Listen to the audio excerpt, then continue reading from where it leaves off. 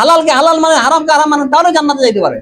এক সাহাবী এসে আল্লাহ সাল্লাম বলছে, আল্লাহ সাল্লাম ইজা সাল্লাইতুল মাকতুবা, আমি যদি 5 ওয়াক্ত সালাত সঠিক সময় আদায় করি, ওয়া হাল্লালতুল হালালা ওয়া হারামতুল হারামা, হালালকে হালাল জানি আর হারামকে হারাম জানি, আদখালাহুল্লাহুল জান্নাহ, আমি কি জান্নাতে যাইতে পারবো?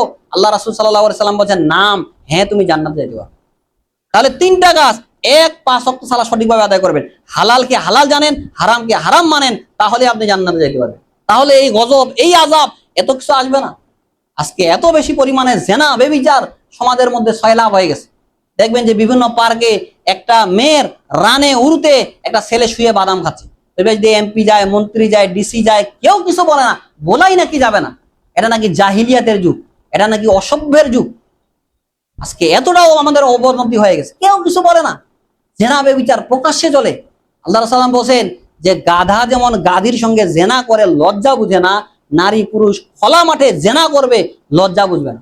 আজকে এইরকম একটা অবস্থা, স্বামী স্ত্রী একটা রুমের মধ্যে যেখানে করে খোলা মাঠে ওরা জেনা অবিচার করছে, কেউ কিছু বলে না, বলাই নাকি যাবে না। এটা নাকি জাহিলিয়াতের যুগ, এটা নাকি অজ্ঞতার যুগ, এটা নাকি বর্বরতার যুগ, কেউ কিছু বলে না। জেনা বেবিচার এমন ভাবে সমাজের মধ্যে হয়েছে, কেন আযাব আসবে না, কেন গজব আসবে না? পূর্ববর্তী জাতিকে যে আল্লাহ ধ্বংস করেছে এই কারণে। আজকে দেখেন বাংলাদেশে সমকামিতাও শুরু হয়ে গেছে, নারী নারীকে বিবাহ করছে, ছেলে ছেলেকে বিবাহ করছে, কোনো আইন নাই। অথচ আল্লাহ সাল্লামের মধ্যে যারা সমকামী এদেরকে হত্যা করতে হবে। বাংলাদেশে শুধু একটা আইন হোক, যারা সমকামিতা করবে এদেরকে হত্যা করা হবে, থাকে নাকি? জেনা বেবিচারের শাস্তি দাও, যারা বিবাহ করার পরও জেনা করবে এদেরকে হত্যা করতে হবে পাথর মেরে মেরে। আল্লাহর আইন, আল্লাহর বিধান। আজকে দেখেন ছোট ছোট বাচ্চারা বাংলাদেশে ধর্ষণ হয়। রামিসাকে দেখেন, ছোট একটা বাচ্চা, 6-7 বছরের বাচ্চা, ওকে ধর্ষণ করা হলো। কই কি হলো? এখনো হয়নি তো, এখনো ফাঁসি হয়নি। অথচ ওই দিনেই পরে দিয়ে তাকে হত্যা করতে হতো যদি ইসলামিক আইন থাকতো। কিন্তু আজকে আমাদের আইন না থাকার কারণে আল্লাহর বিধানকে আমরা মধ্যযুগীয় বলতেছি। আল্লাহ বলছেন যে আফা তুমিনুনা বিবাদের কিতাবি ওয়া তাকফুরুনা বিবাদ, তোমরা কিতাবের কিছু অংশ মানবা আর কিছু অংশ মানবা না। ফামা জাযাউ মাইয়াফআল যালিকা মিনকুম ইল্লা খিজুন ফিল হায়াতিদ দুনিয়া ওয়া ইয়াউমাল কিয়ামাতি ইয়ারুদ্দুনা ইলা আশাদিল আযাব। যারা এটা মনে করবে তাদের দুনিয়ার জীবনে হবে লাঞ্ছনা, দুনিয়ায় এদের শাস্তি হবে এবং পরকালে এদের জন্য রয়েছে আযাব, ভয়াবহ আযাব রয়েছে।